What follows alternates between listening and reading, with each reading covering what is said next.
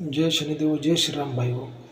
आज का जो हमारा विषय है कब्र का गुप्त धन, इसके बारे में आज हम चर्चा करने वाले हैं, विश्लेषण करने वाले हैं। अगर आपने चैनल को सब्सक्राइब नहीं किया तो सबसे पहले चैनल को सब्सक्राइब करिए, लाइक करिए, शेयर करिए।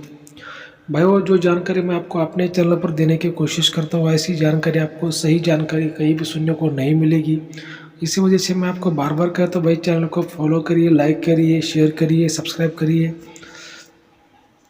तो भाई वो देखिए कि बात ऐसी कि आज का जो हमारा विषय है कि कब्र का गुप्त धन। ठीक है, बहुत ही एक रहस्यमय एक विषय है और ये बहुत पुरानी घटना है भाई। और मैं हमेशा आपको कहता हूँ कि गुरु करिए, गुरु के बिना आपके जीवन का जो अंधकार है दूर नहीं हो सकता। गुरु आपको अंधकार से प्रकाश की ओर लेके जा चला जाता है, लेकिन गुरु भी भाई कैसा होना चाहिए जिसके पास में इंद्रजाल विद्या और नारायणी विद्या, ये दोनों का भी उसके पास में ज्ञान हो। ऐसा ही गुरु होना चाहिए, तभी आपकी वो पूरी तरह से मदद कर पाएगा। नहीं तो फिर एक ही विद्या का अगर ज्ञान हुआ तो वो व्यक्ति, वो जो गुरु है, आपकी सही तरीके से मदद नहीं कर पाएगा। तो भाइयों, ये बात है बहुत पुरानी, हमारे दादा गुरु के समय की एक कहानी है। तो एक महिला थी भाइयों, हमेशा वो खेत में जाती थी, तो वहाँ पे एक कब्र थी। तो वो कब्र से उसको आवाज़ बार बार आती थी, बार बार आती थी, जैसे कोई इंसान उसको पुकार रहा है, कोई इंसान उसको बुला रहा है। तो महिला खेत में, जो सुनसान जो रास्ता था, उस रास्ते से वो महिला खेत में जाती थी। और जब वो खेत में जाती थी फिर अपने पति को बताती थी, भाई मैं जब अकेली होती हूँ, ये सुनसान जो रास्ता है, तो मुझे इसमें बहुत सी आवाज़ आती है, कब्र से मुझे आवाज़ आती है, क्या सच है क्या झूठ है, किसकी कब्र है। बहुत देखिए, हमें पहले ज़माने की ये बातें, कब्र हो सकता है कि भाई किसी हिंदू की भी कब्र होती थी पहले ज़माने में, किसी मुसलमान जो लोग हैं, मुसलमान लोगों की भी वो कब्र होती थी, किसी भी जाति धर्म की कब्र पहले ज़माने में होती थी। ठीक है, ऐसा नहीं कि भाई इसी धर्म की कब्र हो सकती है, ये पहले ज़माने की बातें हैं। तो भाई वो महिला जाती थी, आती थी। अब उसके पास में एक जो गुरु था, उसके पास में नारायणी विद्या का ज्ञान था। तो उसने वो गुरु के पास में गई, गुरु ने उसको बताया कि भाई ये कोई शैतान आत्मा हो सकती है, तेरे को आवाज़ देती है। क्योंकि वो, उसका जो गुरु था, उसके पास में दोनों भी विद्याओं का ज्ञान नहीं था। लेकिन जो, हालांकि जो जिस महिला को ये संकेत मिलते थे, उस महिला की एक दूसरी जो बहन थी, वो हमारे दादा गुरु की शिष्य थी। और हमारे दादा गुरु के पास में इंद्रजाल विद्या और नारायणी विद्या, दोनों भी विद्याओं का ज्ञान था।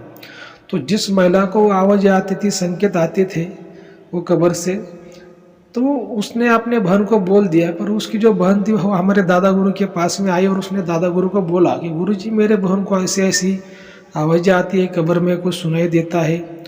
और वो जब वो रास्ते से जब अकेली होती है, सुनसान रास्ता होता है, तभी उसको ऐसा महसूस होता है।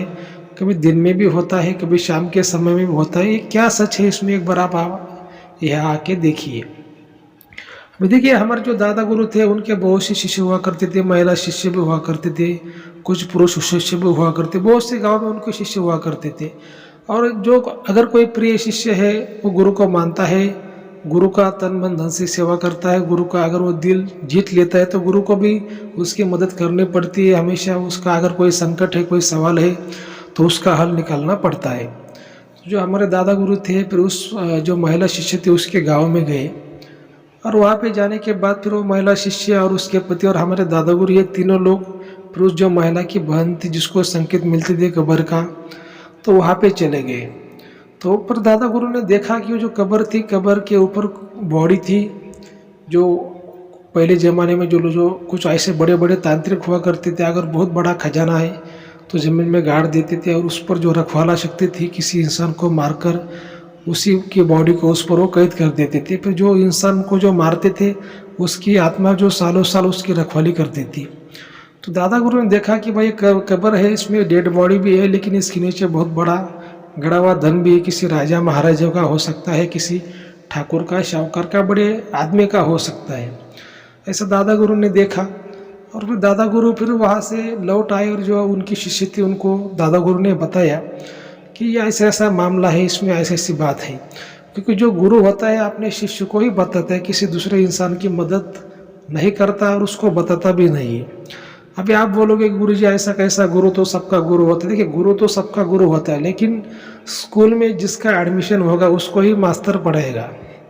अगर कोई बाहर रोड पे, कोई फुटपाथ पर बच्चा बैठा है, तो जो मास्टर होता है उसको स्कूल से बाहर आकर उसको पढ़ाता नहीं। जिसका स्कूल में एडमिशन है, जिसने स्कूल में डोनेशन भर के एडमिशन लिया है उसको ही मास्टर पढ़ेगा क्या? ये ज़माने का रूल है। देखिए ये वैसी बातें होती है कि जो शिष्य होता है उसको ही गुरु अपना जो कुछ ईमानदारी से जो जानकारी होती है, सही जानकारी होती है वो बताता है। बाकी लोगों को गुरु बोलता है लेकिन वो अलग होते हैं, उतना उनको डिटेल में गुरु कभी जानकारी नहीं देता।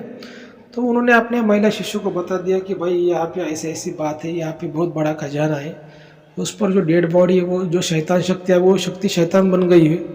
जिस किसी इंसान को वहाँ पे मार के रखा होगा उसकी जो आत्मा सालों से यहाँ पर है, तो अभी इस महिला को पुकारती है लेकिन धन तो देगी, लेकिन इस महिला को आत्मा लेके जाएगी, बलि के रूप में इसको मार डालेगी। तो इसी वजह से इस महिला का बंधन करके लीजिए, इसका बंधन करना पड़ेगा, नहीं तो क्या है कि धन मिलेगा लेकिन इसके मरने के बाद मिलेगा। तो ऐसे धन का कोई भी लाभ लेना उचित नहीं होगा, सही नहीं होगा। तो दादा गुरु उनको जानकारी दी, लेकिन वो जो महिला थी जिसको संकेत मिलते थे वो थोड़ी लालची थी। उन्होंने बार बार दादा गुरु को कोशिश की बोलने की, गुरु जी आप हमारी मदद करिए, ये जो धन की प्राप्ति के लिए धन को निकालना है कुछ कोशिश करिए।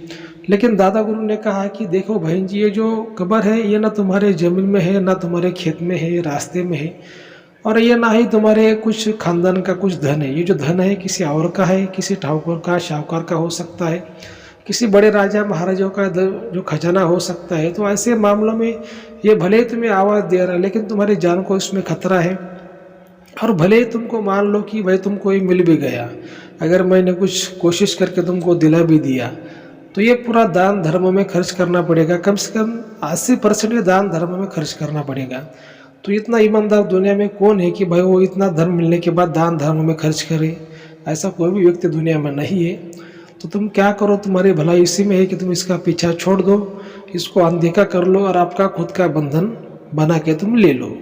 और तुम्हारे जो बाल बच्चे हैं, जो पति है, तुम्हारे जो सास ससुर है, उनकी अच्छी तरह से देखभाल करो और हंसी खुशी से जो भगवान ने दिया है उसमें ही अपना सुख शांति बढ़ा लो। ऐसा दादा गुरु ने उससे कहा। और इसके बाद में फिर हमारे जो दादा गुरु थे वहाँ से चले आए। देखिए भाई बातें ऐसी होती है, धन किसी किसी के नसीब में होता है लेकिन किसी किसी के जान को भी खतरा होता है, किसी किसी के जान को खतरा नहीं भी होता। धन मिलना इतनी आसान बात नहीं होती।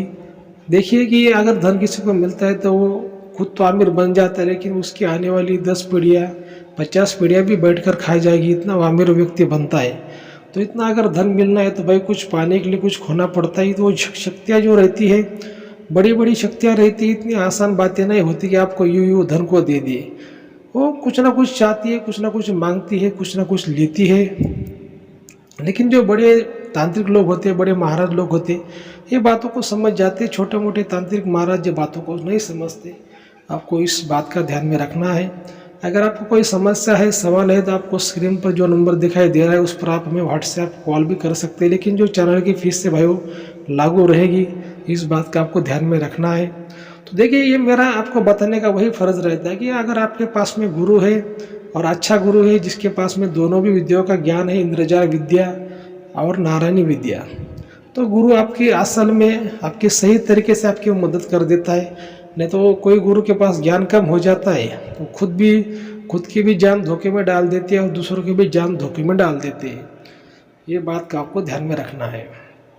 तो ठीक है, अगर आपको आज का वीडियो अच्छा लगा तो अपने चैनल को सब्सक्राइब करिए, लाइक करिए, शेयर करिए। जय शनिदेव, जय श्री राम, धन्यवाद।